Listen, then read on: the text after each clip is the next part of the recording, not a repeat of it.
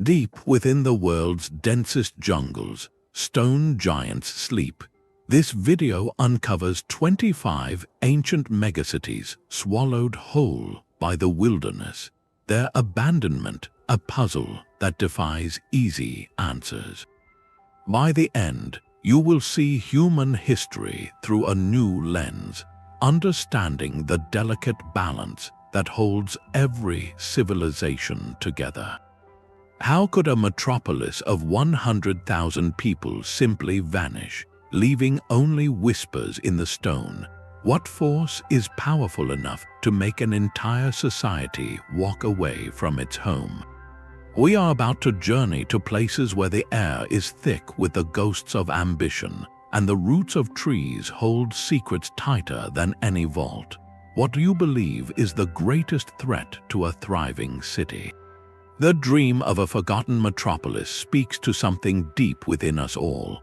For centuries, stories like Atlantis and El Dorado have drawn adventurers into uncharted wilderness, driven by a powerful blend of curiosity and longing. This is more than just a search for treasure, it is a quest for understanding. What we truly seek in these lost places is a reflection of ourselves, a glimpse into the choices and challenges that define a civilization's story. When we stand before a temple reclaimed by jungle roots, we are not just looking at old stones, we are witnessing a moment frozen in time, the final breath of a society captured in the silent architecture it left behind. This makes jungle ruins uniquely compelling. Unlike a city buried by desert sands or volcanic ash, a jungle site represents an active, ongoing reclamation. Nature here is not a preserver, but a relentless competitor, slowly and deliberately erasing human work. Each vine and tree root tells a story of a profound struggle between human ambition and the planet's raw, enduring power. The sudden abandonment of these places forces us to ask difficult questions. What combination of environmental shifts, social pressures, or resource limitations could compel an entire population to walk away from their home? It challenges our assumptions about stability and progress, suggesting that even the most sophisticated societies exist in a delicate balance with their surroundings. Studying these silent cities is not merely an archaeological exercise. It is a crucial conversation with our own potential future. Their overgrown plazas and empty reservoirs hold warnings and wisdom, reminding us that no civilization, no matter how grand, is immune to the forces of change. To begin this journey, we travel to a mist-shrouded plateau in the Americas, to a city whose discovery shattered every preconceived notion about ancient life in the rainforest. Rising above the emerald canopy of the Guatemalan rainforest, the stone temples of Tikal are a declaration of human ambition. This was not a simple settlement, but the beating heart of a Maya superpower, a city so vast its true scale is still being uncovered today. For centuries, it thrived as a nexus of trade, politics, and celestial study, its population swelling to an estimated 100,000 souls at its zenith around 750 AD. Its skyline was a forest of limestone, dominated by towering pyramids where rulers communed with the gods and astronomers tracked the complex dance of the planets. The Great Plaza, flanked by the soaring temples of the Great Jaguar and the Masks, was a stage for ceremony and power, its acoustics so precise a whisper could travel across the entire courtyard. Yet walk through that same plaza today and you are surrounded by a different kind of power. The silence is profound, broken only by the calls of howler monkeys and the rustle of leaves. The very stones seem to breathe with the humidity, each surface cloaked in moss, every staircase embraced by the roots of giant ceiba trees. This palpable sense of reclamation is central to Tikal's mystery. How does a metropolis of such brilliance and influence simply empty out? The answer, researchers suggest, is not a single cataclysm but a slow, relentless unraveling. A series of prolonged droughts would have placed immense strain on the city's intricate reservoir systems, turning life-sustaining water into a source of conflict. To fuel their construction and plaster production, vast tracts of surrounding forest were cleared, which may have further disrupted local rainfall patterns in a devastating feedback loop. At the same time, evidence points to increasing internal strife, as competition for dwindling resources fractured the social order. It was a cascade of pressures, environmental, economic, and political, that gradually made this magnificent city unsustainable. The people did not vanish in a day. They likely dispersed over generations, retreating to smaller, more manageable communities and leaving their grand capital to the jungle. What remains is a hauntingly beautiful lesson in fragility. Tikal stands as a testament to incredible human achievement, its architectural genius undeniable. But it also serves as a sobering monument to the consequences of pushing an environment beyond its limits. For every excavated temple, the surrounding jungle hides thousands more unrecorded structures, a reminder that we are still learning the full story of this lost giant. And as we begin to understand one Maya capital, another revelation was waiting. A city so large it forced us to rewrite everything we thought we knew about the ancient Americas. While Tikal's story unfolded on its high plateau, another Maya titan was rising in the lowland jungles to the north.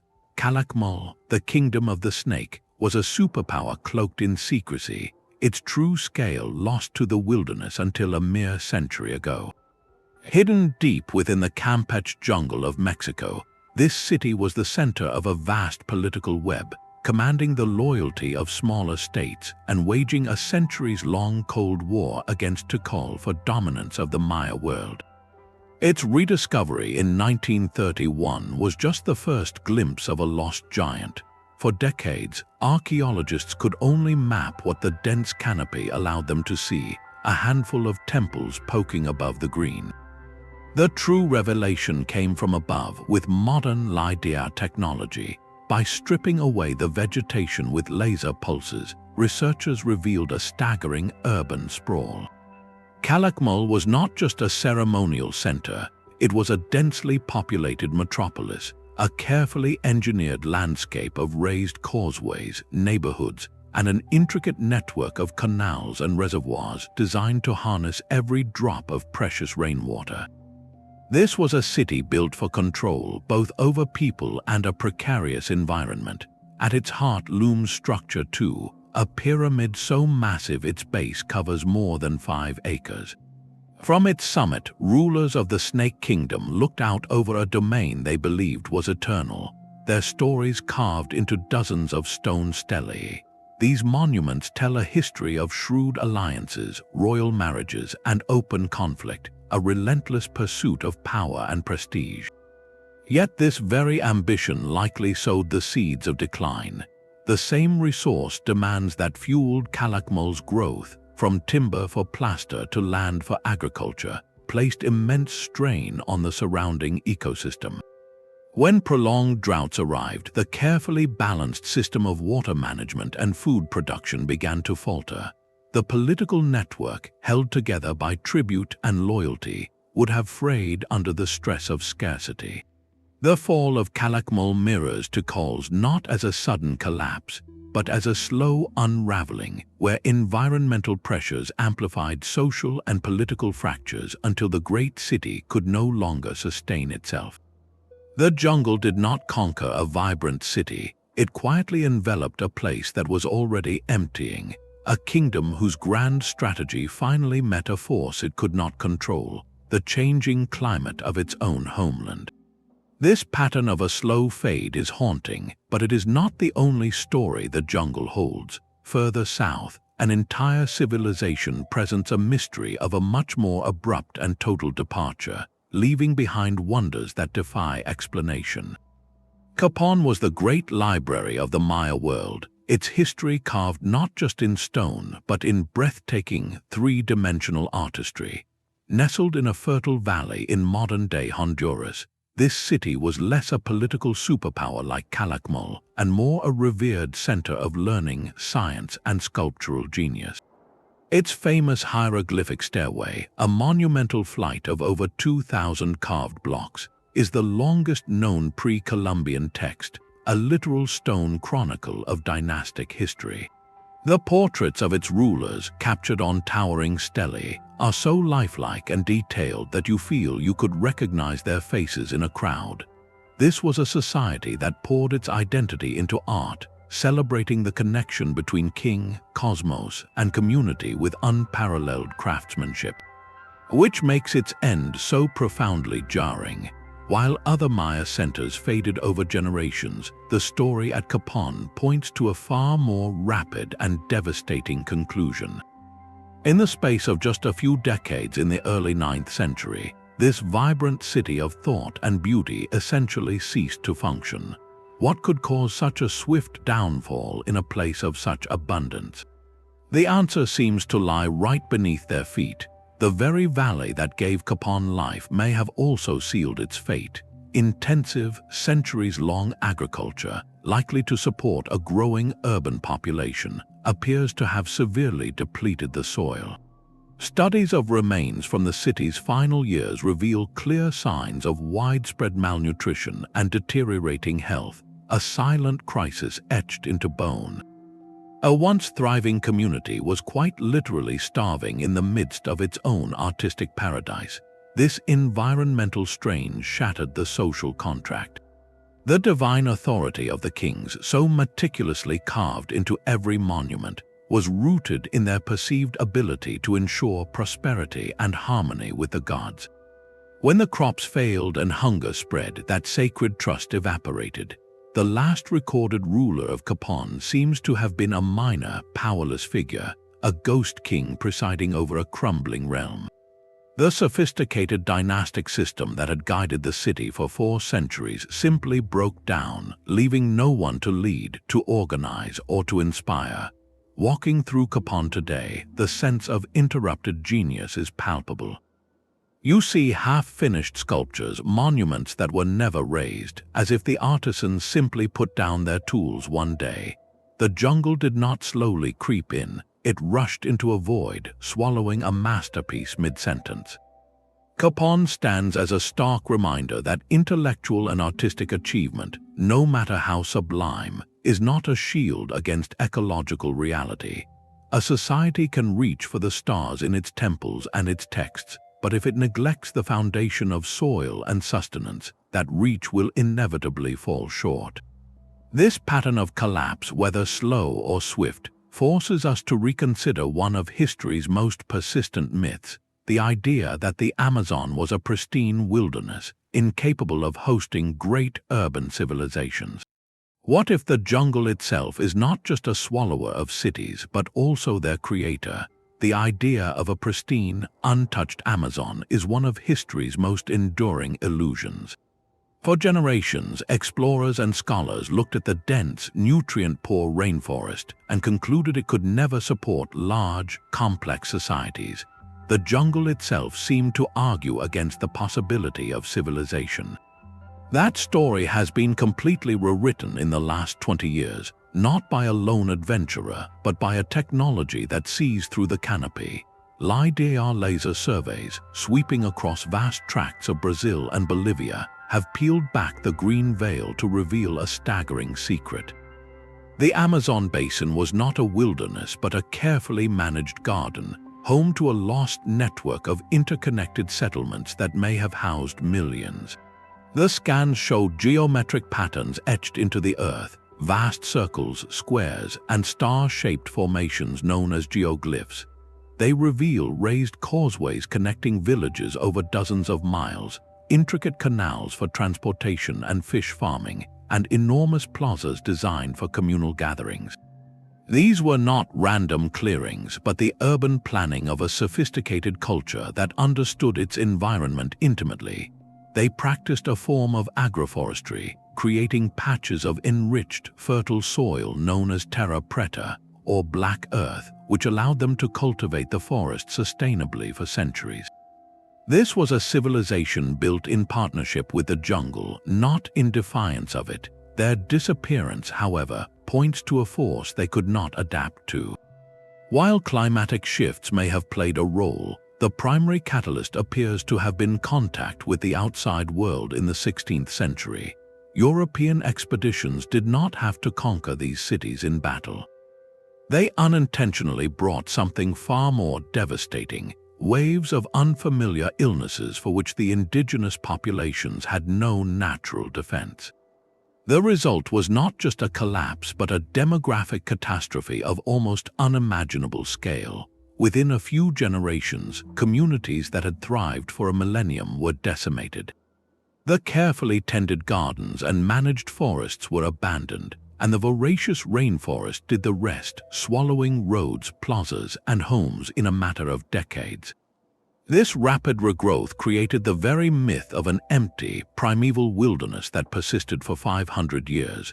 The silent earthworks of the Amazon are therefore a double monument. They testify to the ingenuity of a vast, forgotten society, and they stand as a somber reminder of the fragility of human communities in the face of sudden, overwhelming change. Their story forces a profound reevaluation, not just of the Amazon's past, but of our entire relationship with tropical environments. It proves that where we once saw only limits, ancient peoples saw profound possibility. This pattern of a great city falling silent after outside contact is a tragic echo across the continents, but it is not the only script for disappearance. Far across the Pacific, in the heart of Southeast Asia, an empire chose to walk away from its own magnificent capital for reasons that remain shrouded in both mystery and shadow. Angkor's grandeur is almost beyond comprehension. At its peak, this sprawling urban complex in Cambodia was home to perhaps 1 million people, making it the largest pre-industrial city on Earth. Its heart, the Temple of Angkor Wat, is a stone representation of the Hindu cosmos, a mountain of symmetry and spiritual ambition, so vast it could house an entire medieval town within its walls. But Angkor was far more than its temples. It was a triumph of hydraulic engineering, a civilization built on the deliberate, powerful control of water. An intricate network of canals, massive reservoirs called barrays, and moats functioned like a giant machine, capturing monsoon rains to irrigate rice paddies for multiple harvests a year and to buffer against drought. This system was the empire's lifeblood, enabling its staggering population and monumental construction projects.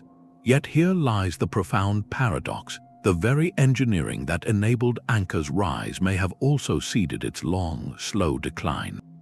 For centuries, the Khmer elite commanded the landscape, diverting rivers and excavating vast reservoirs. This immense infrastructure required constant maintenance by a huge labor force. As the empire's focus shifted over time, with religious changes from Hinduism to Buddhism, and with lucrative maritime trade routes drawing power toward coastal cities, the will and resources to maintain this hydraulic machine likely waned. The system began to silt up when severe droughts arrived in the 14th century, followed by intense monsoon floods. The compromised canals and reservoirs could not cope. The carefully balanced water network that sustained the metropolis became a source of vulnerability, potentially failing catastrophically. Angkor did not fall in a day or a year. Its story is one of a gradual retreat, a centuries-long relocation of political and economic power to other regions. The people did not vanish, they simply moved, leaving the stone heart of their empire behind. The jungle moved in with a patient, relentless grip. Strangler fig seeds, dropped by birds into the cracks between magnificent stones, sent down roots that slowly, over centuries, pried apart what armies could not. Angkor's legacy is a masterclass in complexity. It shows how a civilization's greatest strength, in this case its brilliant manipulation of water, can become its critical weakness when environmental conditions shift and social priorities change. The stones of Angkor Wat, now embraced by roots, stand as a silent testament to the unintended consequences of even our most advanced engineering, a reminder that no system, no matter how grand, is permanent. This theme of a civilization potentially strained by its own environmental demands echoes far to the west, to a city whose very name means Mound of the Dead, a metropolis that flourished along a river now lost to the desert. The colossal dome of the Ruwanwelisaya Stupa still rises from the Sri Lankan plains, a perfect white hemisphere against the endless green. For more than 1,300 years, Anuradhapura was not just a city, it was a radiant capital of faith and engineering, a marvel of the ancient world that drew pilgrims from across Asia. Its skyline was a forest of bell-shaped dagobas, some reaching heights rivaling the pyramids of Giza, while beneath them sprawled a metropolis of parks, hospitals, and monasteries dedicated to Buddhist scholarship. The true genius of Anuradhapura, however, lay in its mastery of water. In a land of seasonal monsoons, the city's rulers constructed a breathtaking network of artificial lakes called tanks, vast reservoirs that captured the rains to irrigate endless rice paddies and supply the populace year-round. This hydraulic empire turned a region into a breadbasket, supporting a population that may have exceeded 100,000 people at its peak. The city's prosperity seemed as eternal as the teachings it preserved. Yet, the very system that guaranteed its abundance may have also hidden a silent, creeping threat. Those expansive, placid reservoirs of water, essential for life, also created ideal conditions for mosquitoes to thrive. For centuries, this may have been a manageable nuisance, but historical records point to a turning point. Repeated invasions from South India in the 10th and 11th centuries brought not only conflict but likely widespread disruption to the meticulous maintenance the tank system required. Canals silted up, and the careful balance of water management was thrown into disarray. Stagnant pools and overgrown tank edges would have become perfect breeding grounds, potentially leading to severe outbreaks of malaria. This illness carried by mosquitoes would have devastated a population already strained by warfare, sapping the strength of the community and its ability to sustain itself. The final abandonment was a slow, practical retreat. Kings gradually shifted the political capital southeast to Polonnaruwa, a move often attributed to strategic defense, but one that was almost certainly influenced by the growing hardship in the old capital. As the royal court and its supporting population moved away, the great tanks of Anuradhapura fell into disrepair. The jungle, waiting at the edges, advanced with quiet determination. It crept over the moonstone steps of palaces, threaded through the brickwork of monasteries, and wrapped its roots around the foundations of libraries that once held priceless texts. The great dagobas, like Ruwanwelisaya, were left as solitary monuments in a sea of trees, their silent presence a poignant reminder of how a civilization's greatest achievement, its control over nature, can sometimes unleash unintended consequences. The story of Anuradhapura is a complex lesson in interconnected vulnerability, where political instability, environmental change, and public health became intertwined in a downward spiral. It shows that a city's strength can reside in its most visible monuments, but its fragility often lies in the invisible balance of the systems that sustain it. From the sun-drenched plains of Sri Lanka, our search for lost giants takes us to a dramatically different landscape, the misty highlands of Africa, where a city of stone was built with a precision that continues to baffle the modern world. The silent stones of Great Zimbabwe speak a language of power and precision. Rising from the grassy highlands of southern Africa, these dry stone walls, assembled without a drop of mortar, curve and tower with a geometric grace that defies their age. This was the heart of a kingdom that mastered economics on a continental scale, its wealth flowing from vast gold mines that connected the African interior to a bustling trade network stretching across the Indian Ocean to Arabia, India, and beyond. For centuries, the rulers here grew prosperous not by conquest alone, but by controlling the flow of a precious commodity, channeling gold, ivory, and copper through their capital in exchange for glass, ceramics, and fine textiles. The very layout of the city reflects this social order. The iconic Great Enclosure, with its massive conical tower and intricate chevron patterns, likely housed the royal elite, while the surrounding valley supported a population of perhaps 20,000 people. Their prosperity was built on a foundation of cattle wealth and fertile soils, allowing them to sustain a complex, stratified society. So what could cause such a well-connected and powerful state to fade? The answer appears to be a convergence of pressures, both internal and external. The very source of its wealth may have become a vulnerability. Local gold deposits, mined intensively for generations, could have become depleted or more difficult to access. At the same time, the demand for timber to fuel smelting furnaces and for construction would have led to deforestation, potentially triggering soil erosion that undermined the agricultural base. Environmental studies of the region point to a period of prolonged droughts and climatic instability during the city's later centuries. A series of poor harvests would have shaken the economic foundation, straining the relationship between the ruling class in their stone enclosures and the farming communities that supported them. Compounding this, historians note that global trade patterns began to shift. New gold sources and trade routes elsewhere may have gradually bypassed Great Zimbabwe, diminishing its central role and economic influence. The abandonment was likely a gradual migration, a dispersal of people to smaller, more sustainable settlements, leaving the grand stone capital to the elements. The savanna grass crept over the thresholds, and the wind whistled through the empty passageways. For centuries, European colonizers, unable to accept the sophistication before them, spun fantastical tales of Phoenician or Arab builders. Modern archaeology has utterly dismantled these racist myths, confirming Great Zimbabwe as a pinnacle of indigenous African innovation and statecraft.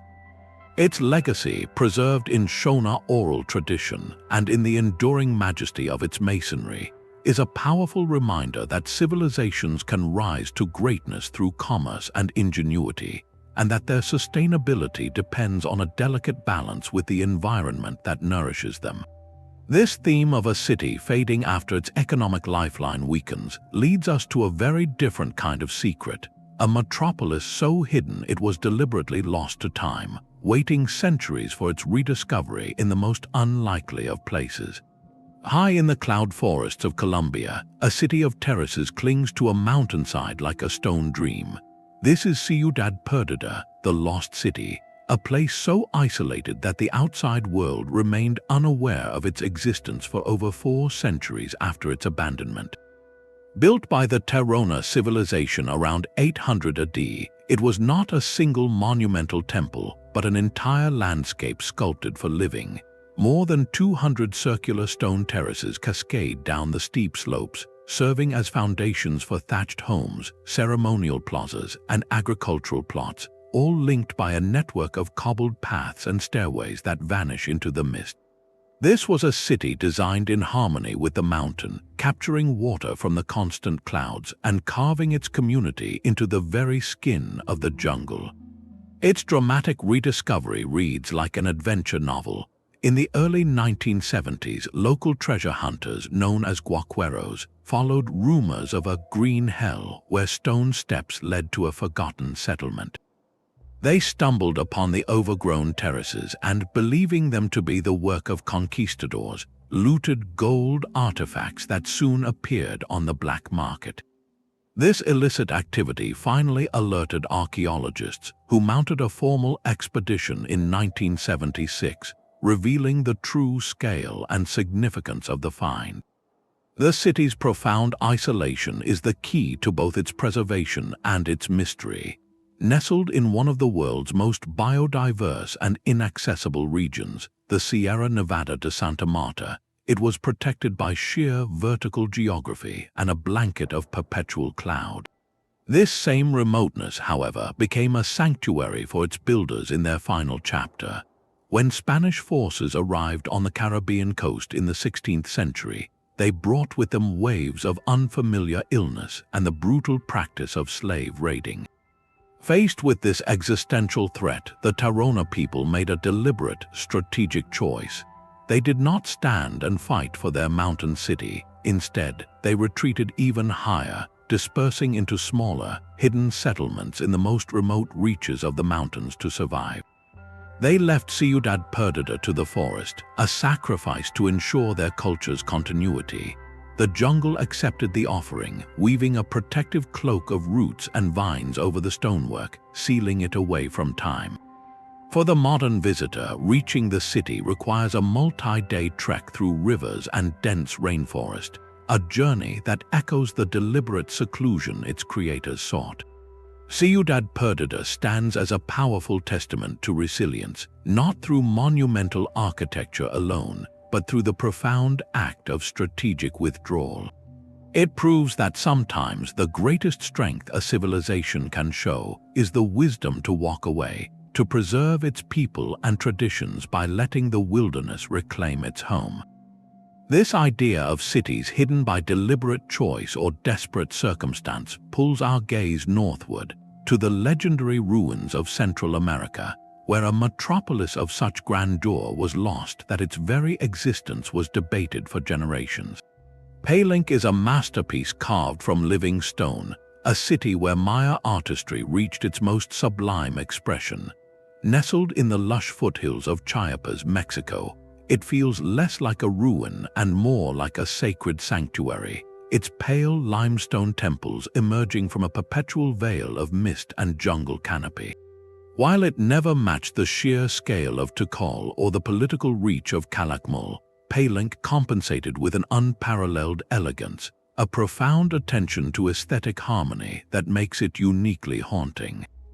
Its architects seem to converse with the landscape, designing buildings with delicate mansard roofs and open courtyards that framed the surrounding hills. Here, the story of a civilization is told not in towering monuments to power, but in exquisite bas-relief sculptures that depict gods, ancestors, and kings with a flowing, almost lifelike grace. The most famous of these kings, Pakal the Great, ruled for nearly 70 years and was entombed within the magnificent Temple of the Inscriptions. His sarcophagus lid, a single carved slab, is one of the most discussed artworks of the ancient world, depicting the king's symbolic journey into the underworld amid a cosmos of celestial symbols. This wealth of inscription and artistry provides an intimate window into Maya belief, giving us names, dates, and divine narratives that are rare in the archaeological record. Which makes the city's fate so particularly resonant. Palenque was abandoned relatively early, around 800 AD, while other Maya centers still flickered with life. This was not a city in obvious distress. In fact, its sophisticated network of aqueducts and underground waterways shows a deep understanding of hydraulic engineering, a community adept at managing the abundant water from the hills. They were well adapted to their environment, making their departure a deeper puzzle within the wider Maya collapse. Researchers suggest that Palenque's very success may have contained the seeds of its vulnerability.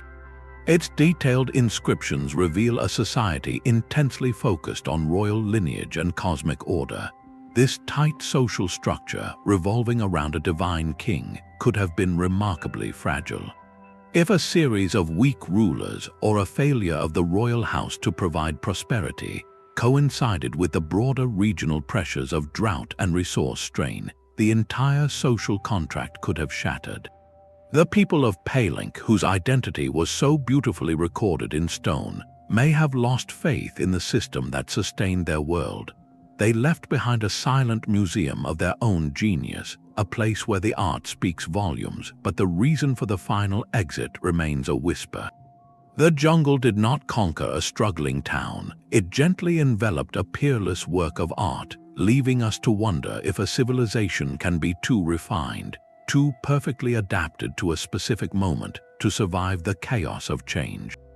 This mystery of a graceful, well-managed city choosing to empty out leads us to a discovery of a very different character, a place not of elegant temples but of colossal earthworks, found so recently it has fundamentally reshaped our map of the ancient world. The timeline of the Maya world holds a secret, a forgotten giant that rose and fell long before the age of Tikal. Deep in the northern Guatemalan jungle, far from any modern road, lies El Mirador, a metropolis of staggering scale built during the preclassic period, over 1,000 years before the famous classic Maya collapse. This was not a precursor to greatness, it was greatness itself, a thriving urban center that reached its peak around 250 BC, when Rome was still a republic. At its heart stands the colossal Ladanta Pyramid, an artificial mountain constructed from millions of cubic feet of stone and earth. By total volume, it is one of the largest structures ever built in the ancient world, a testament to a society with immense organizational power and ambition. The entire city was a sprawling network of causeways linking plazas, temples, and residential compounds, home to tens of thousands of people.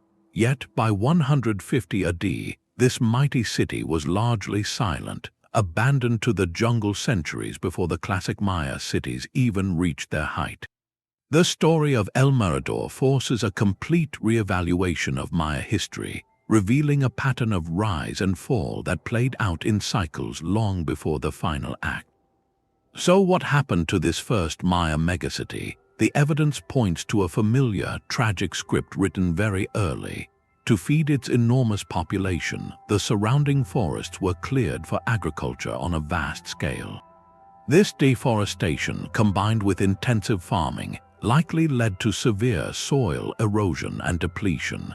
The very landscape that supported the city's growth was being consumed by it. At the same time, research suggests growing social inequality and conflict, as the strain on resources created tension between a powerful elite and the populace. The environmental degradation and social upheaval became intertwined, creating a downward spiral that made the city unsustainable. The people of El Mirador did not vanish. They likely dispersed into smaller, more sustainable communities, leaving their monumental capital behind. The jungle reclaimed its territory with a vengeance. Today, reaching El Mirador requires a grueling multi-day trek through some of the densest rainforest in the Americas, a journey that underscores its profound isolation. Much of the city remains shrouded in green, with only a fraction of its structures excavated. This deep time perspective is crucial. It shows that the struggle between human ambition and environmental limits is not a one-time event in history, but a recurring theme. El Mirador's early collapse is a powerful warning from the past, a demonstration that even the most brilliant societies can overreach, and that the jungle is always waiting, patient and relentless, to write its own ending over ours. This cycle of urban boom and bust in the heart of the rainforest was not unique to the Americas, as a parallel story was unfolding across the world, in a place where the trees themselves seemed to hold the memory of empire. Caracol's monuments tell a story written in Conquest. Deep in the Belizean rainforest, this was a Maya powerhouse that did not just compete with its neighbors, it sought to dominate them. In 562 AD, its armies achieved a stunning victory, defeating the great city of Tikal itself and establishing Caracol as a regional hegemon for over a century. This was not a marginal settlement, but a sprawling, densely populated metropolis that sustained perhaps 150,000 people at its peak. Its success was built on a foundation of brilliant environmental engineering.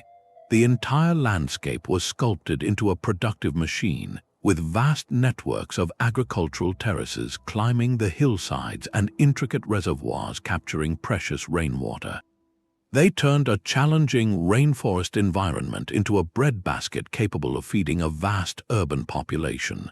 Modern LiDAR surveys have peeled back the canopy to reveal the true genius of its planning.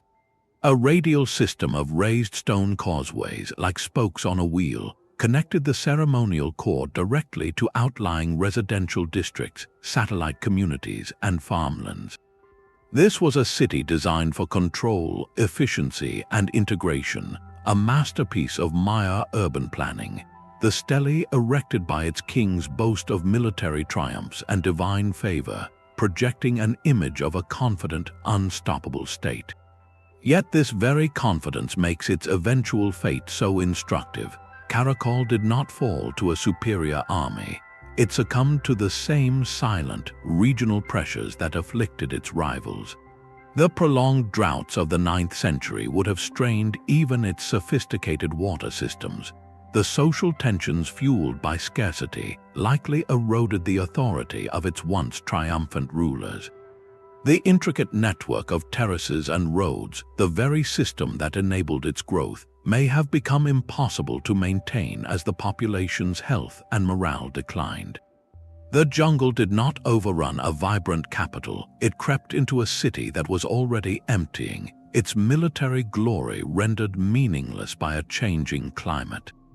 Caracol stands as a profound lesson that the most formidable walls and the most powerful armies offer no protection against ecological shift. A civilization can master its environment for centuries, but when that environment changes, every foundation can tremble. This theme of a society reaching its peak only to confront invisible limits pulls our gaze across the ocean, to the steamy jungles of a Southeast Asian archipelago and a kingdom that chose to vanish into legend. The story of the Khmer Empire does not begin with the grandeur of Angkor, but on a sacred mountain shrouded in mist. Mahendraparvata, the city of the god king, was the first capital of this mighty civilization, a sprawling urban experiment that lay completely hidden on the Phnom Kulen Plateau for more than 1,000 years. Its existence was known only from ancient inscriptions, a legendary name without a location, until a team of archaeologists made a stunning discovery in 2012. By flying a helicopter equipped with LiDAR lasers over the dense forest, they peeled back the green canopy to reveal the ghostly grid of a forgotten metropolis. The scans showed a precise network of city blocks, roads, canals, and temple mounds, all laid out in a geometric plan that predated Angkor by centuries. This was not a simple village, but a fully realized capital, deliberately constructed on a mountain considered the birthplace of the Khmer kingdom. To build it, the early Khmer rulers undertook a massive act of landscape engineering. They cleared vast tracts of the sacred mountain's forest, an act of both practical necessity and profound symbolic power, asserting human dominion over a divine space. They channeled water and carved reservoirs into the plateau, attempting to tame the environment for their new city. Yet this very ambition may have contained the seeds of its own end.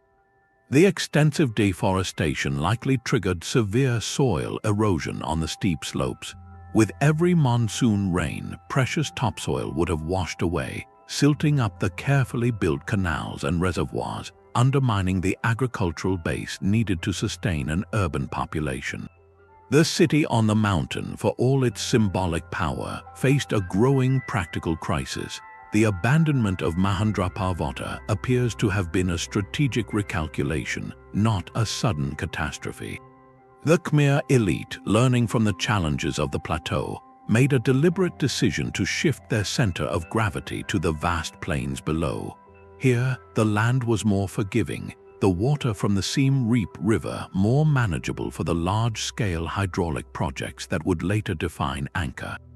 They walked away from their first capital, allowing the forest to reclaim the mountain, taking with them the hard-won lessons of water management and urban planning. Mahendraparvata stands as a crucial, experimental prototype. It reveals that even the greatest empires have humble, sometimes flawed, beginnings. This lost city proves that the jungles of Southeast Asia still hold entire chapters of human history, invisible from the ground, waiting for technology to reveal their stories. It is a testament to the process of trial and error that underpins civilization itself. From the experimental capital of a known empire, we voyage to an island where a great city emerged from origins that remain one of history's most captivating puzzles. The legends of Madagascar hold whispers of a different world.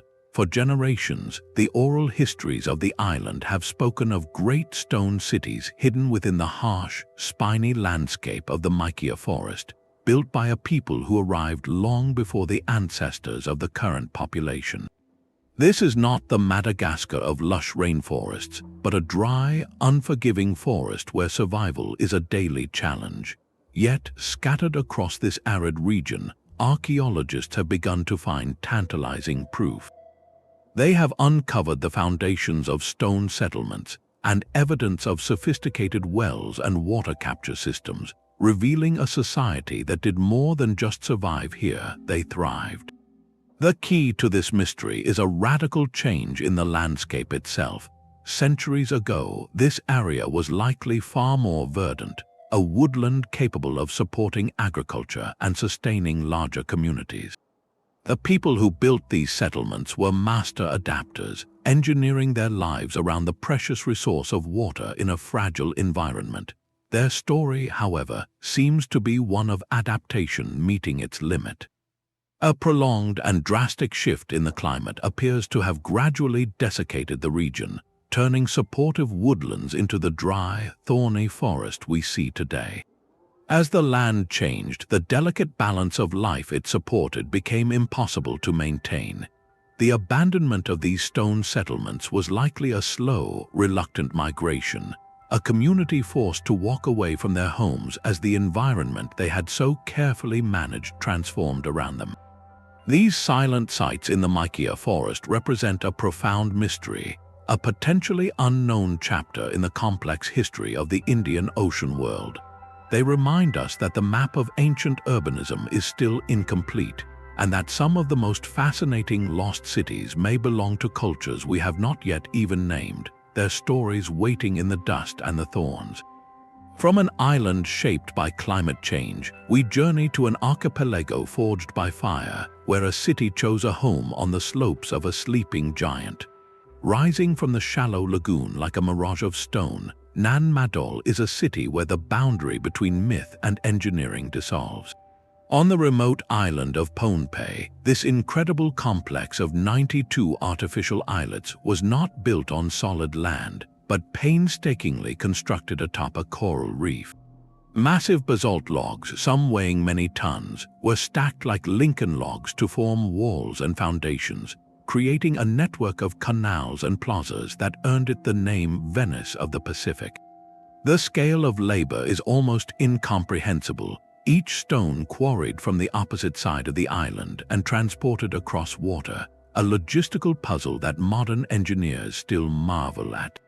Local legend offers a more mystical explanation, telling of twin sorcerer architects who used magical flight to move the stones through the air.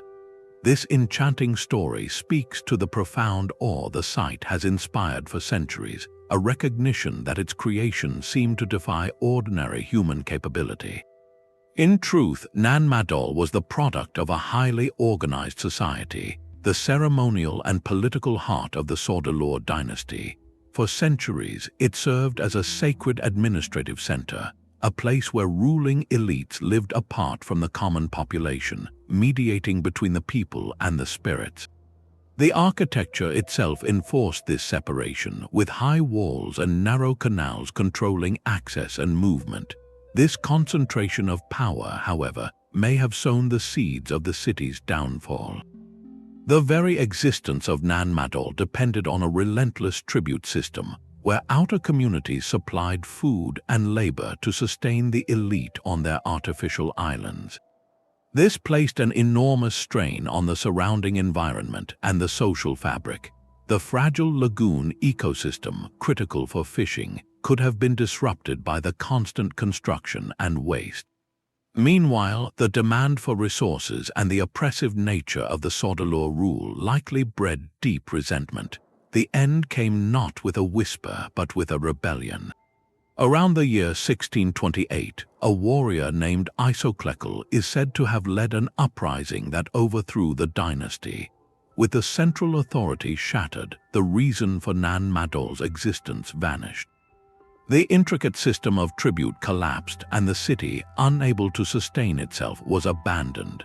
The mangrove forests, which had always waited at the edges, began their slow, deliberate conquest.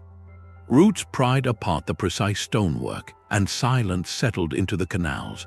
To this day, many on Pohnpei consider Nan Madol a haunted place, a spiritual reminder of the dangers of absolute power and overreach. Its story is a powerful, isolated experiment in what happens when an island civilization builds a world entirely of its own making, pushing a limited environment and the patience of its people past a breaking point. From this aquatic city of the Pacific, we cross back to the American continent, to a bustling metropolis that connected an empire not by canals but by trade. The vibrant murals of Cacaxtla offer a window into a world held together by a single, powerful thread. Perched on a hilltop in central Mexico, this fortified site is a gallery of stunning art, depicting warriors in jaguar and eagle regalia, scenes of trade, and deities from distant lands. But Cacaxtla was not an independent power. Its wealth and its very identity were intimately tied to a distant giant, the metropolis of Teotihuacan, hundreds of miles to the northwest. While Teotihuacan itself rose on a semi-arid plateau, its economic and cultural influence reached deep into more fertile, forested regions like the one surrounding Cacaxtla. This outpost thrived as a crucial node in a vast network, a place where goods, ideas, and military alliances flowed along routes protected by the central authority of the great city. Its magnificent art is a testament to that connection, blending local styles with the unmistakable symbols of Teotihuacano power. This makes its fate so revealing. Around the middle of the 6th century, something catastrophic happened in the core. Teotihuacan, one of the largest cities in the ancient world, experienced a period of intense internal conflict and devastating fires in its ceremonial center. The precise cause is debated, but the result was a rapid and irreversible decline in its central authority. The collapse of this urban giant did not happen in isolation. Like a stone dropped into a still pond, the shockwaves radiated outward across its entire network. For a place like Cacaxtla, the consequences were immediate and dire. The trade routes that brought prosperity fell into disuse or became unsafe. The political and military umbrella that provided stability vanished. The very reason for the outpost's existence, its role as a link to the great capital, evaporated. Without the sustaining force of the core, these smaller, dependent centers could not maintain their complex societal structure. The magnificent murals at Cacaxtla were left unfinished, their stories frozen in time as the community dispersed, likely retreating to smaller, more self-sufficient villages. The jungle did not have to conquer a thriving town. It simply moved into a vacuum, creeping over the abandoned walls and plazas once the human network that animated them had dissolved. Cacaxtla's story underscores a profound and often overlooked truth about ancient civilizations. Their fates were deeply interconnected. The abandonment of a single megacity could trigger a cascade of failures, dooming dozens of smaller sites that relied on its economic and political gravity. This systemic vulnerability shows that the strength of an urban network is only as robust as its central hub, and when that hub fails, the entire system can unravel into silence. This theme of a specialized center meeting a sudden end leads us to a city where the focus was not on trade or war, but on the meticulous observation of the heavens themselves. Uxmal is a symphony in stone, a place where geometry seems to speak the language of the cosmos. In the dry, rolling hills of the Yucatan, this city represents the pinnacle of the Puuc architectural style, a late flowering of Maya genius that reached its peak long after many of the great lowland cities had fallen silent. Its buildings are not just structures, they are canvases of intricate mosaic stonework, featuring hundreds of masks of the rain god Chok and complex geometric patterns that ripple across facades with a mesmerizing rhythm. The governor's palace, stretching over 300 feet along an artificial platform, is considered one of the most aesthetically perfect buildings in the ancient Americas, its proportions and decoration achieving a breathtaking harmony. Nearby, the Pyramid of the Magician rises with a unique oval base, its steep sides creating a powerful, almost mystical presence against the sky. This was a city built with an eye for celestial alignment and an ear for the subtle needs of its environment. Uxmal's longevity is a key part of its mystery. While the classic Maya collapse unfolded in the southern lowlands during the 9th century, Uxmal and its Puk neighbors continued to thrive well into the 10th. Their resilience was not an accident but a product of brilliant, localized innovation. In a region with no surface rivers and limited natural water sources, the people of Uxmal became masters of capture and conservation. They engineered the entire urban landscape to channel every precious drop of rainwater. Plazas were paved and sloped to direct runoff into a network of underground cisterns called choltuns. The iconic stone mosaics, with their countless depictions of Chok, were not merely decorative, they were a constant architectural prayer for the life-giving rains upon which the city depended. For a time, this elegant adaptation worked. Uxmal's sophisticated hydrology and its strategic position along regional trade routes allowed it to weather the early storms of the Terminal Classic period. It even formed a short-lived alliance with nearby cities like Chichen Itza, a final attempt to create a new political order in a changing world. Yet, in the end, even the most elegant local solutions could not hold back the tide of wider regional collapse. The same droughts that crippled the south eventually reached the Yucatan, placing even the most efficient systems under unbearable strain. As the climate shifted, the delicate trade networks that supplied goods and stability likely frayed and broke. The beautiful harmony of Uxmal's architecture, so deeply connected to a predictable celestial and seasonal cycle, found itself out of sync with a world becoming increasingly unpredictable. The city's silence was not sudden, but it was final. The people gradually dispersed, leaving their geometric marvels to the dry forest. The story of Uxmal is a poignant one of brilliant adaptation, a testament to human ingenuity in the face of environmental challenge. It proves that a society can find elegant answers to immediate problems, crafting a way of life in beautiful balance with its immediate surroundings. But it also reveals a harder truth, that local resilience, no matter how sophisticated, can be overwhelmed by regional or global forces beyond any single city's control. The stones of Uxmal, still whispering with geometric perfection, mark the point where a civilization's cleverness met the inexorable momentum of a changing world. This exploration of adaptation and its limits pulls us toward a place of a very different character, where the concept of a city dissolves entirely into a sacred and manipulated landscape. Sometimes a city is not a place, but a relationship with the land itself. Far from the monumental core of Angkor, in the remote highlands of northeastern Cambodia, lies a discovery that stretches our very definition of urbanism. Across the province of Ratanakiri, ground surveys and aerial imagery are slowly piecing together the fragments of a vast, dispersed settlement network that thrived at the same time as the great Khmer Empire. This was not a single, walled citadel rising from the jungle floor.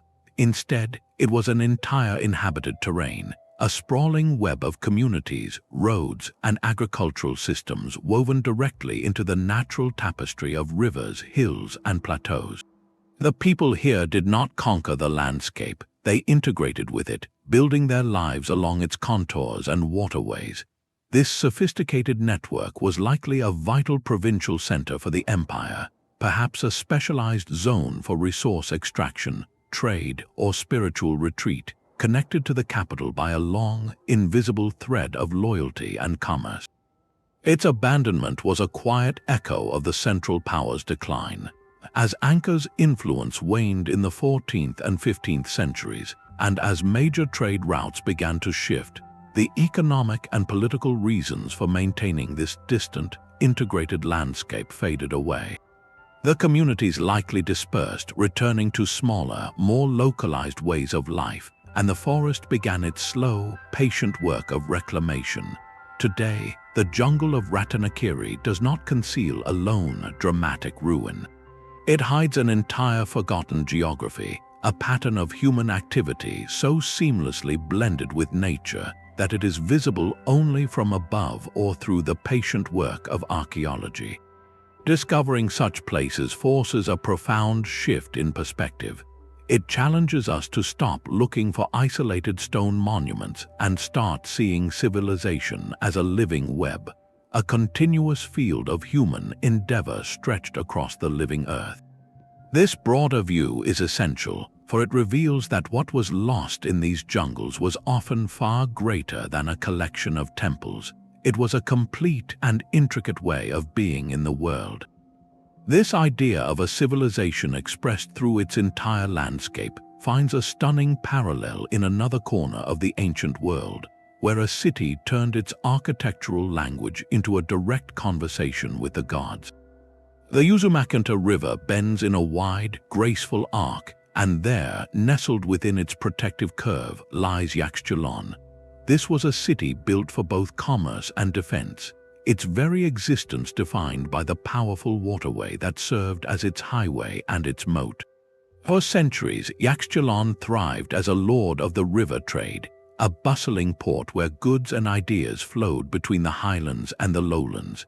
Its wealth and influence are carved for all time in the city's extraordinary stone lintels, masterpieces of Maya sculpture that span the doorways of its temples. These are not abstract symbols, they are vivid narratives frozen in limestone. We see kings in elaborate headdresses performing sacred bloodletting rituals to commune with ancestors. We witness the capture of rival nobles in battle, and we observe royal women participating in profound ceremonies. Each panel is a chapter from a dynastic saga, a deliberate recording of a lineage that fought fiercely to maintain its independence in a world of constant rivalry.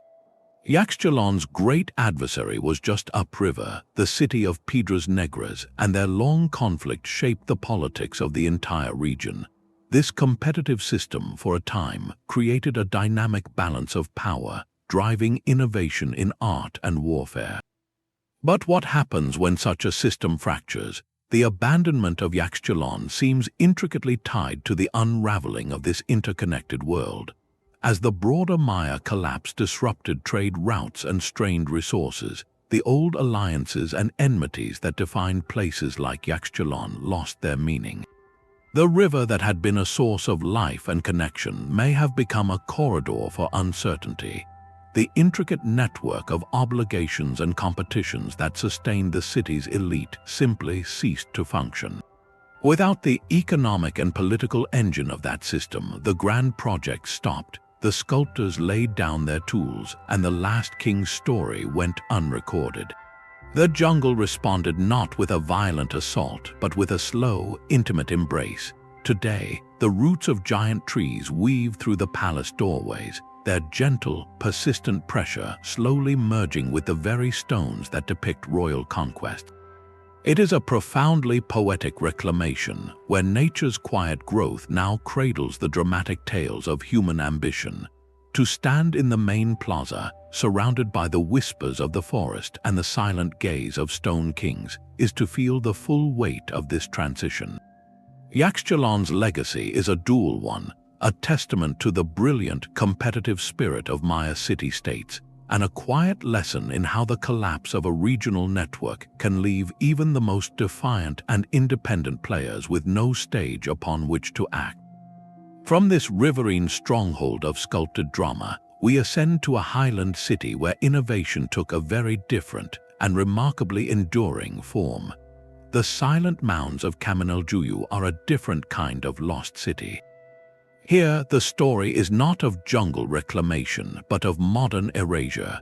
For over 2,000 years, this was one of the most influential and populous cities in the entire Maya world, a colossal preclassic metropolis that thrived in the highland valley where Guatemala City now stands.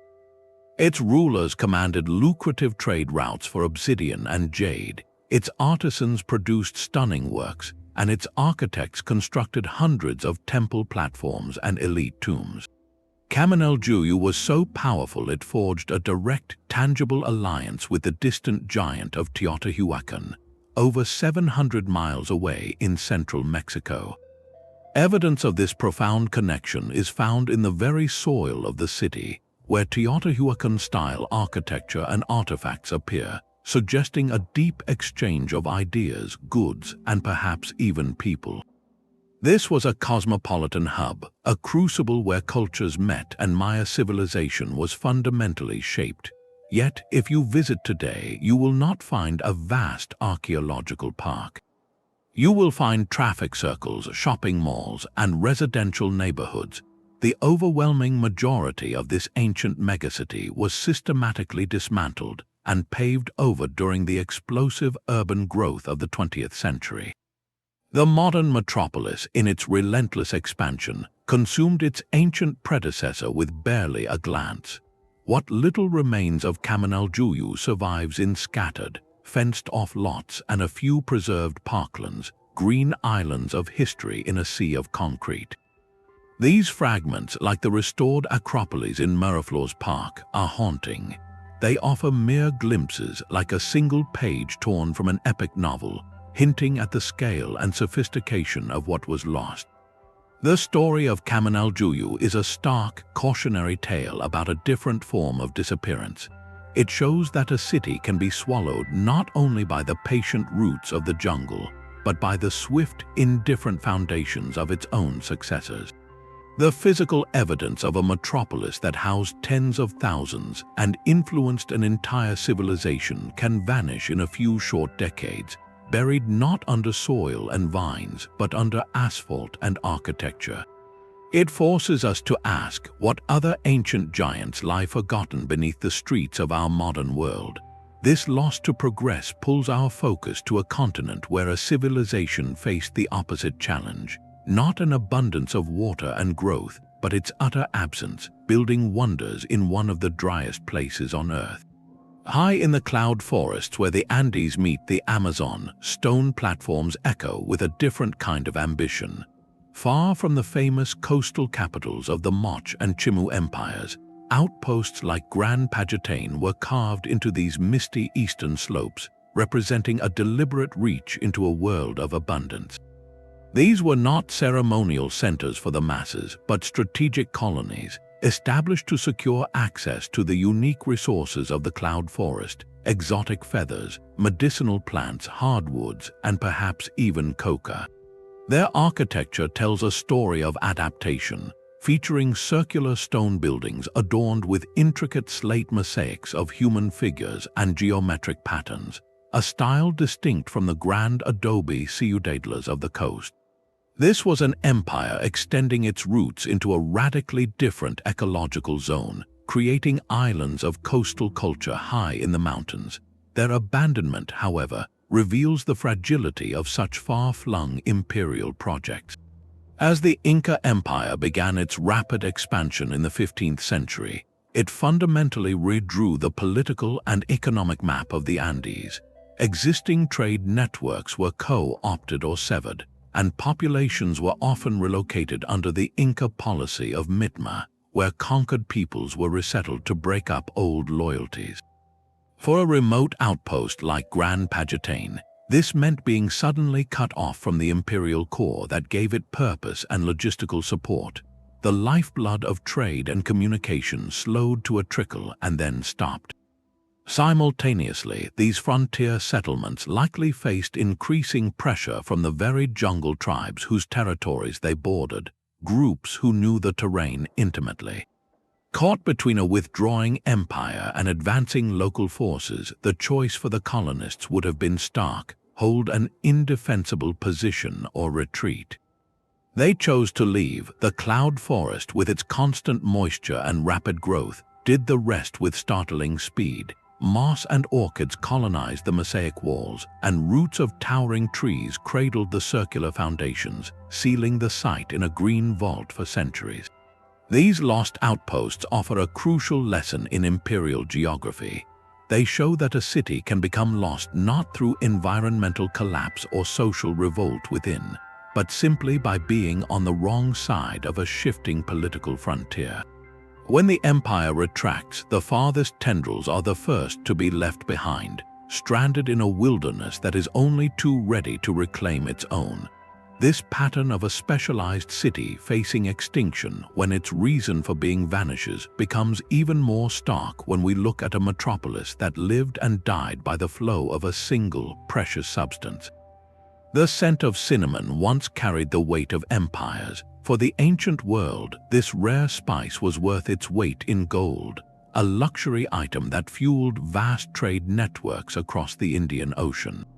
Historical texts from Rome and Arabia speak of a mysterious land in the interior of Sri Lanka, a place where wild cinnamon forests grew, guarded by fierce creatures and perilous terrain.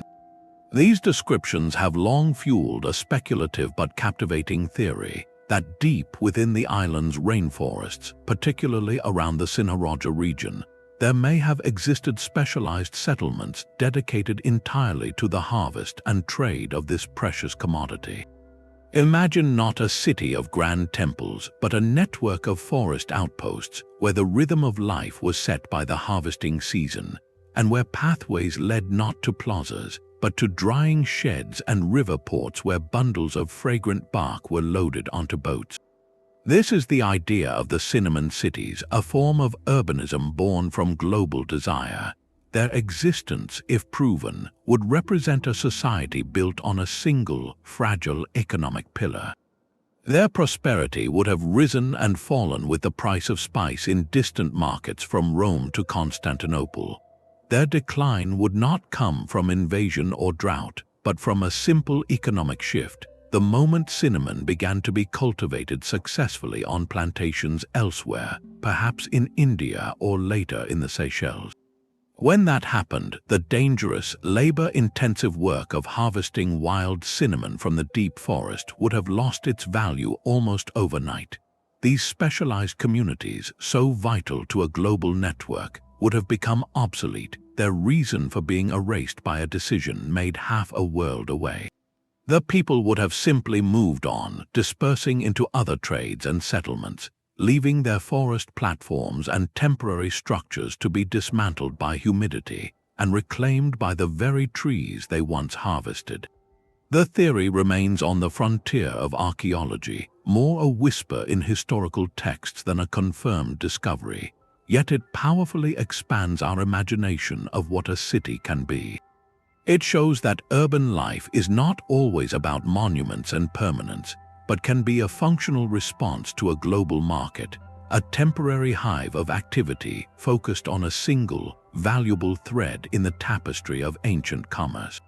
This vulnerability to distant economic winds is a haunting reminder of how interconnected the ancient world truly was. From the speculative spice forests of Sri Lanka, we journey to a confirmed crossroads where the fusion of cultures created one of Southeast Asia's most enigmatic and beautiful capitals. The circular walls of Srikshetra enclosed a world of faith and commerce.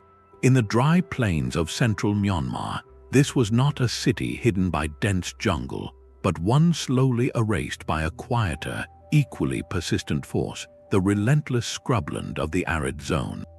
As one of the great Paiute city-states, Srikshetra thrived for centuries as a hub of early Buddhism and a vital link in trade routes connecting India with Southeast Asia. Its unique design, a near-perfect circle defined by massive brick walls and a surrounding moat, spoke of careful planning and formidable defense. Within those walls, devout communities built magnificent brick stupas, including the iconic Babaji, a towering cylindrical pagoda that still pierces the sky today, a silent sentinel over the empty plains. This was a sophisticated urban center where Sanskrit and Paiute inscriptions on stone urns recorded royal donations and religious texts, offering precious glimpses into a pivotal era in the region's history. For centuries, Srixetra's prosperity was anchored by the life-giving waters of the Irrawaddy River, which fed its agricultural lands and fueled its economy. Then the world shifted around it. Scholars point to a dual pressure that led to its gradual abandonment around the 9th century. To the north, the rising power of the Bagan Empire began to draw political and economic gravity away from the older Paiute cities. Simultaneously, geophysical studies suggest the Irrawaddy River may have slowly changed its course over time, a common and devastating event for ancient settlements. Even a minor shift could have stranded the city's irrigation canals, turning fertile fields into parched earth. The combination was fatal, a political eclipse compounded by an environmental drift. As Bagan's star ascended, Srixetra's reason for being faded, the population likely migrated toward the new centers of power and reliable water, leaving their circular capital behind. The dry zone scrub, always waiting at the edges, moved in with a patient encroachment. Thorny bushes and tough grasses took root in the brickwork of monasteries, and dust settled over the inscribed urns. Unlike the violent reclamation of a rainforest, this was a slow, silent burial under dust and drought-resistant plants, a form of forgetting just as complete. Srixetra's story expands our definition of the jungle.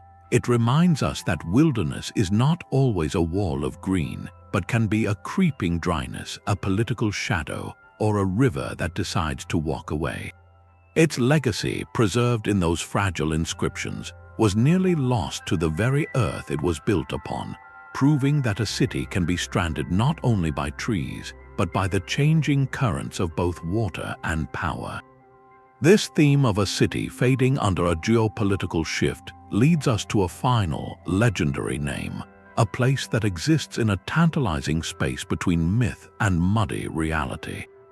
The search for La Ciudad Blanca is a story written in obsession and mud. For over 500 years, the legend of a gleaming white city, hidden in the impenetrable Mosquitia rainforest of Honduras, has drawn fortune hunters and explorers into one of the most treacherous environments on Earth.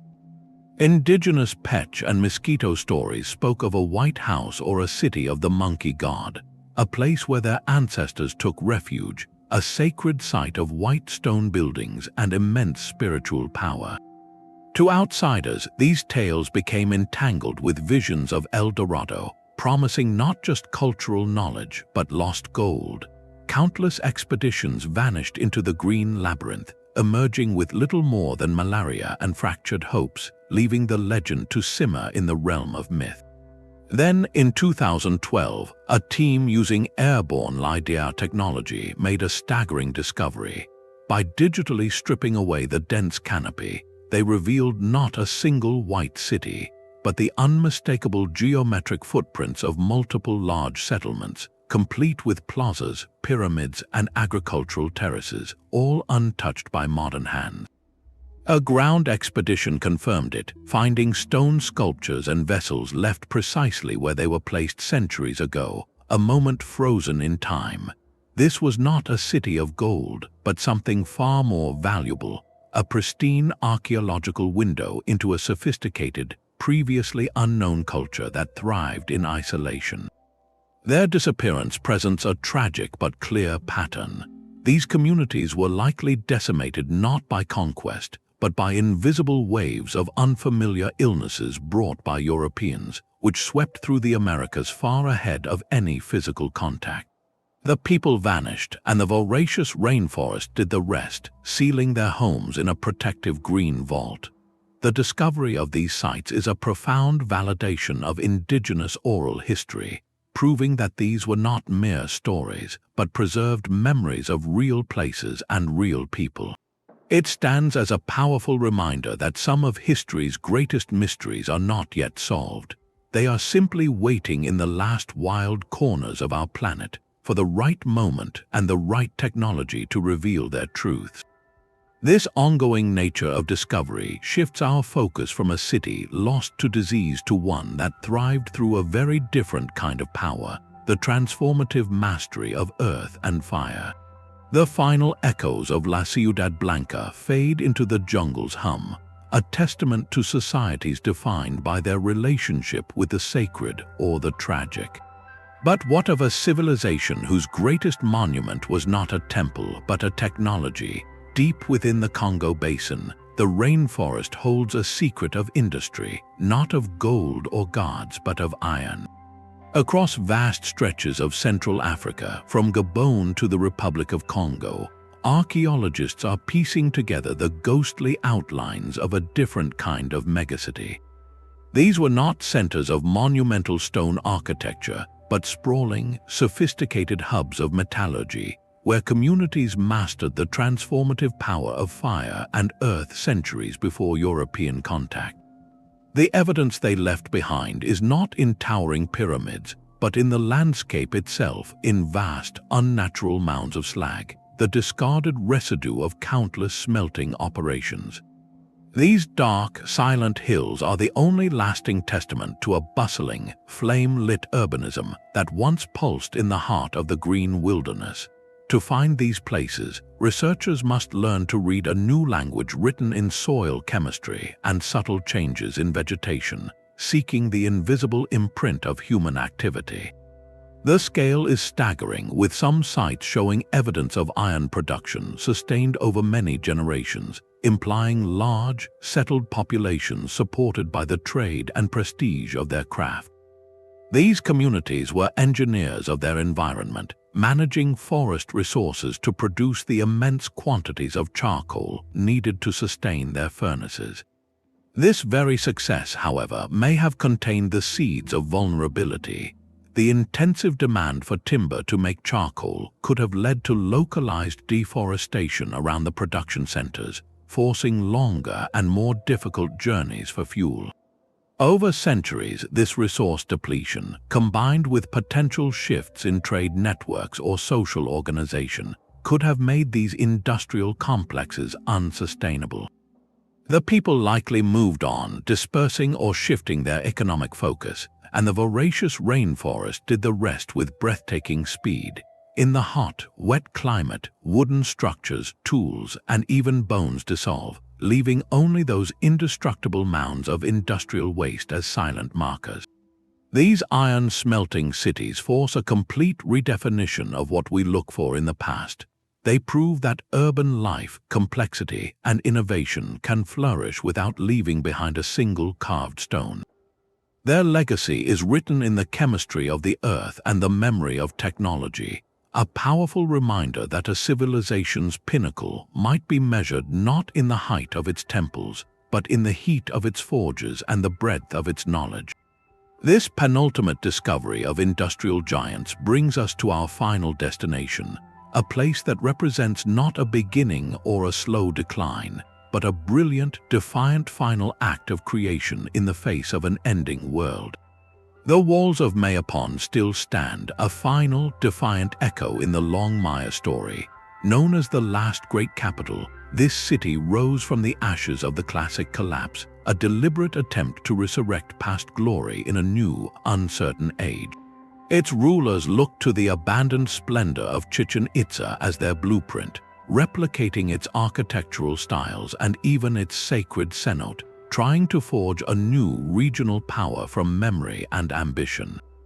Within its formidable defensive wall, Mayapon was a densely packed urban hive, home to perhaps 15,000 people living in a tight grid of dwellings, its skyline dominated by a smaller copy of Chichen Itza's Great Pyramid. This was not a city of slow philosophical reflection, but one of hard political calculation, a place where power was maintained through force and fragile alliances among competing noble families. The chronicles that survived, like the books of Chilam Balam, paint a vivid picture of its final days. They tell of escalating rivalries, betrayals among the ruling Copán family, and a popular revolt that erupted into outright civil war. Around the year 1440, that simmering tension exploded. The city's central fortress was stormed, the ruling lineage was overthrown, and the social order shattered in a spasm of internal violence. The end was not a slow fade under drought or resource strain, but a sudden, decisive rupture. The survivors did not wait for the jungle. They simply walked out of the gates and dispersed to smaller, safer towns across the Yucatan, leaving the stage of history empty. The scrub forest, patient and opportunistic, moved into the vacuum. Thorny brush claimed the plazas where factions once clashed, and roots cracked the foundations of coppered temples. Mayapon's story provides a crucial, alternative coda to the Maya narrative. It proves that while environmental pressures can weaken a civilization over centuries, the final act can be delivered with stunning speed by the oldest human failing, conflict from within. The city stands as a monument to a different kind of fragility, where the walls built to keep enemies out are no defense against the divisions nurtured within.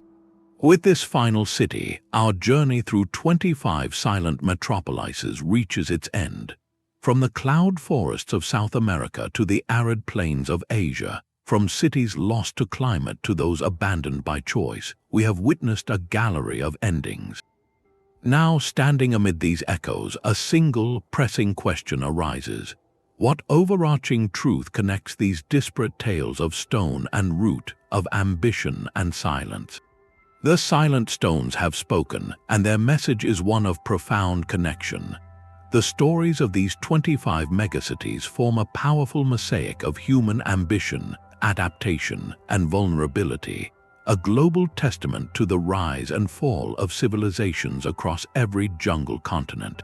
From the prolonged droughts that parched Maya reservoirs to the deforestation that eroded the foundations of El Mirador, from the social fractures that splintered Mayapon to the unseen illnesses that swept through the Amazonian networks, the reasons for their abandonment are as complex and varied as the societies themselves. Yet a clear and sobering thread emerges from the roots and ruins, a recurring pattern of a growing disconnect between human activity and the environmental limits that ultimately define it. These places were not failed experiments, but brilliant successes that for a time mastered their worlds. Their endings teach us that mastery is not permanent, and that every triumph contains the seeds of its own challenge. These ruins are far more than just relics for archaeologists to study. They are profound warnings and invitations etched in stone and earth. They warn us about the long-term sustainability of our own urban civilizations, reminding us that our greatest infrastructures and densest populations are also in a delicate, dynamic balance with the natural world. Yet they also invite us to marvel, to stand in awe of the ingenuity of our ancestors who, without modern technology, moved mountains of stone, redirected rivers, and mapped the cosmos from their temple doorways. The jungle did not swallow these cities out of malice or conquest. It happened simply because humanity, for its own complex reasons, stepped away, and nature, relentless and patient, filled the void with a quiet, green persistence, beginning the long work of weaving human history back into the tapestry of the wild. Today, our understanding of this lost world is expanding at a breathtaking pace, not with machetes, but with lasers. As we uncover more with technologies like LiDAR, we are humbled by the realization of how much history remains written in the earth, invisible to the naked eye, waiting patiently to be read. Every new scan reveals another grid of streets, another ceremonial plaza, another chapter in the human story we thought we knew. This ongoing discovery is a gift, a chance to listen to these silent stones and learn their lessons.